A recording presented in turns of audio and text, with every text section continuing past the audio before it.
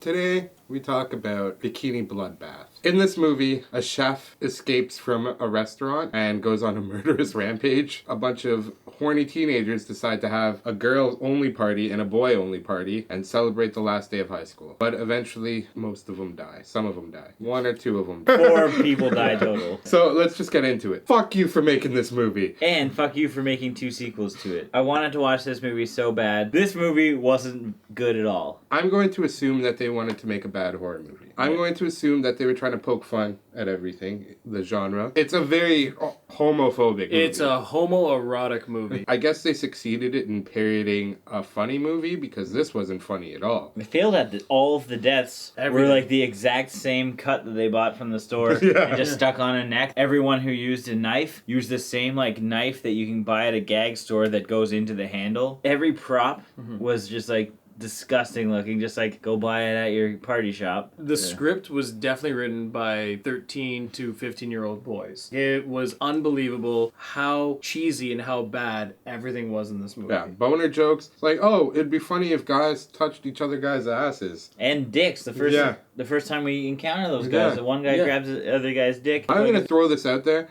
These guys are like nerdy guys that were picked on in high school. So they're like, oh, this is what jocks and cool girls are like. They're not cool at all. It's like they're just all gay and we don't want to be a part of them anyways. Phil, you might have a shower with him, man. You're fucking hot. Thanks. And they made every single adult in that movie to be a pedophile. They weren't hiding. The female gym coach was like, oh, look at that beaver. Nice beaver, Ginger! The male gym coach was like, okay, guys, let's all have s'mores and touch dicks. Then the neighbor was like, oh, wow, your parents aren't home. I'm going to be sure to come over and stare at you guys. Go shower now. Yeah, go shower together. You girls should go inside and take a shower together. You're all sticky. All of the jokes that they tried to make were just fucking terrible. There was one chuckle that we got when a guy just had a boner. Yeah. And he says, I have to go deal with this boner. Just gonna get rid of this boner first. You saw the boner there. A minute later, we see another boner. Like, boners are popping up everywhere in this movie. They're literally popping up. They did have boobs from the get-go. Tons of boobs. Nice boobs. Some hot chicks. Some 50-year-old chicks passing off as high school ones. There wasn't anything that you can really say that you would like about this movie. And I'd really like to talk to someone who does like this movie and explain to me, like, if you weren't a 13-year-old or 14-year-old boy, how can you like this? I don't even think a 13-year-old boy would like this. He would like it for like 30 seconds when a boob was on. That would be it. Like we do. The worst part was the audio. You couldn't hear anything that they were saying, and they had the worst sound effects ever. Well, the chinging of the glasses. Chinging of the glass. The high fives when they all missed. Let's go. So many unnecessary scenes. The shopping spree that they go on and they don't get one item in their fucking cart. It's just them like going to take a shower. Like, oh, it's bikini time. Just anything. And in all of those scenes, like the rest of the movie, they had a song playing over top of everything. It's like the whole movie was a fucking montage.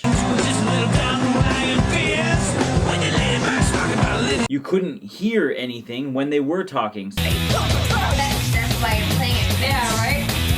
That there's just like a consistent music track that plays the whole time. And it's too loud. Anything that's going on in the scene is too loud. I constantly had to turn to Jane and be like, what did they say? What did they say? And eventually I just gave up. I'm like, I'm just waiting for this movie to be over. So this chef, who killed about 4 people, died almost instantly. Once they saw him, they kicked him in the face. He fell down some stairs. He laid there struggling for about 45 seconds awkwardly. He attacks a girl in the garage, and she just turns around and kills him with a rake. And that was it. Like, the girl didn't ever almost die. She was definitely going to kill this guy. Another thing that was really cheesy was they made everything obvious. Sometimes it's funny when you point something out, like you have like a hilarious like word on a t-shirt for something that's so obvious. But in this case, all the t-shirts that they wore was like football coach, high school student. They labeled each person. The establishing shot of the high school, they had a title in the middle of the screen that said high school. So we knew it was a high school. I don't get their sense of humor. This was just horrible. But they're clearly trying to be funny. They just suck at it. We're not going into this taking this movie serious. That's the one thing. Yeah, we went in this knowing it was somebody, like maybe a group of guys like us that went and shot this film. We understand some of the problems that they may have had filming this, but it was fucking awful. Worst script I've ever seen in my life. We watched 5 minutes of the sequel, and it's the exact same jokes. Mm-hmm. Exact same thing, new scenery.